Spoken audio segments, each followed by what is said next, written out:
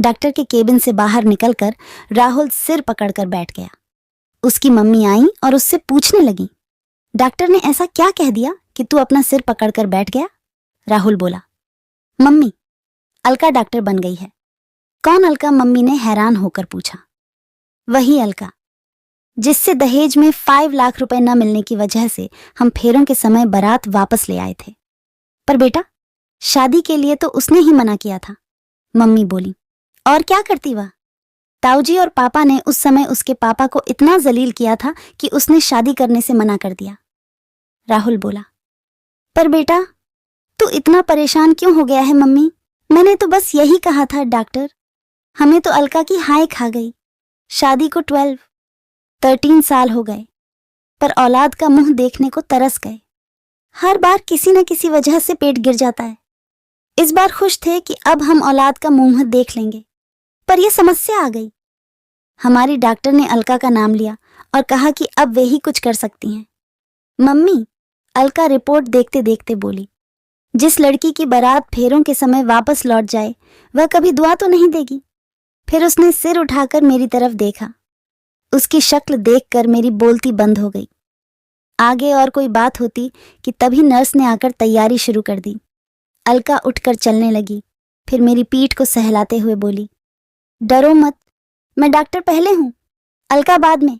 पर राहुल की मम्मी कुछ और ही सोच रही थी, इसलिए उन्होंने बेटे की बात पर कोई गौर नहीं किया। थोड़ी देर बाद मम्मी ने पूछा, क्या अलका शादीशुदा है? राहुल बोला, नहीं मम्मी। लेकिन आप ये क्या पूछ रही हैं बेटा? सोच, उसने अभी तक शादी क्यों नहीं की? उससे कह दे कि बच्चे को बचाने की कोशिश करे।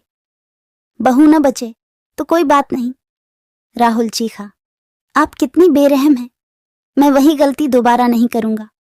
एक बार ताऊजी और पापा के खिलाफ नहीं बोलकर मुझे अलका जैसी लड़की से हाथ धोना पड़ा था। मुझे अपनी बीवी और बच्चा दोनों चाहिए।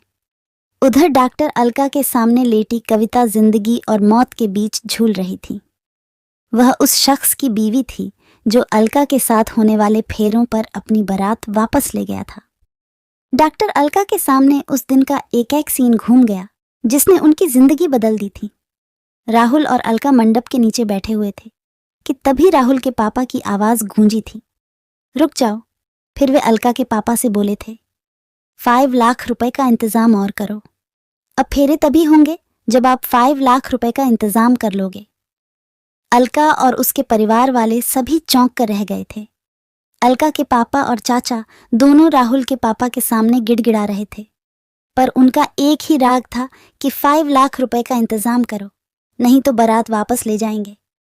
इसी बीच राहुल के ताऊजी बोले थे, अरे समधी जी, आपके लिए गर्व की बात होनी चाहिए कि आपकी 12वीं पास लड़की को सरकारी नौकरी वाला लड़का मिल रहा है। ऊपर से यह सांवली भी है। आप 5 लाख रुपए का इंतजाम कर लें, फिर सारी कमियां छिप जाएंगी। फिर पापा राहुल से बोले थे, उठ बेटा, हम वापस चलते हैं।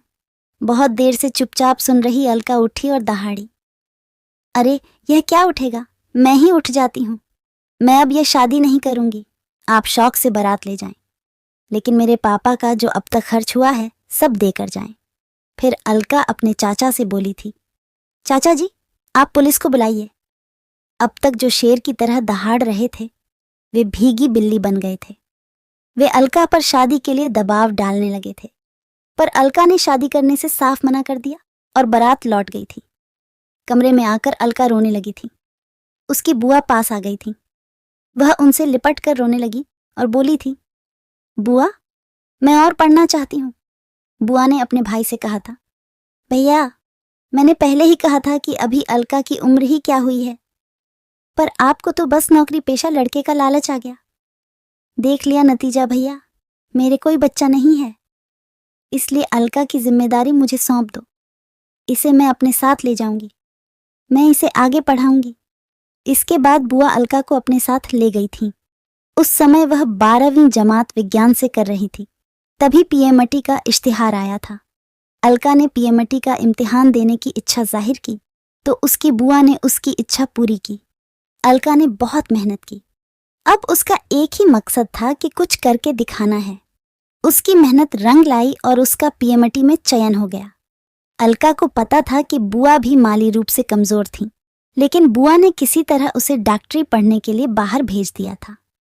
अलका को बाद में पता चला था कि उसकी बुआ ने उसके दाखिले के लिए अपने कुछ जेवर बेचे थे, इसलिए उसने अपने सहपाठियों से कहा कि उसके लिए कुछ ट्यूशन बता दें, जिससे वह अपनी बुआ को कुछ राहत दे सके। बताया कि उस दिन भी इनकी मम्मी ने दबाव डाला था कि डॉक्टर से कह दे कि अगर बचाने की बात हो तो बहू को नहीं बल्कि बच्चे को बचा ले।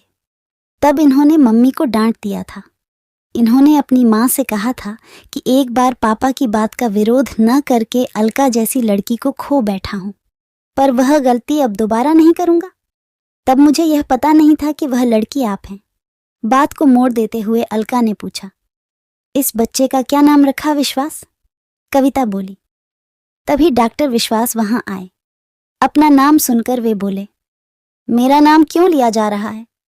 कविता ने बताया, हमने अपने बच्चे का नाम आपके नाम पर रखा है। डॉक्टर विश्वास बोले, अरे विश्वास नाम मत रखो, वरना मेरी तरह कुंवारा ही रह जाएगा। देखो कैसे ताना मार रहे हैं। अलका बोली, आज से पहले कभी इन्होंने प्रपोज नहीं किया और आज प्रपोज किया है तो ताना भी मार रहे हैं। अब मुझे क्या सपना आया था कि आपसे केवल दोस्ती नहीं है, कुछ और भी है। डॉक्टर विश्वास के बोलने से पहले ही कविता बोली, बहुत खूब। दोनों ने प्रपोज भी किया और ताना भी मारा। अब शादी की तारीख भी तय कर लो। शादी की तारीख तो हमारे बड़े तय करेंगे, वे दोनों एक साथ बोले। कुछ दिन बाद अलका और विश्वास की शादी की तारीख तय हो गई। राहुल और कविता उनके खास मेहमान थे।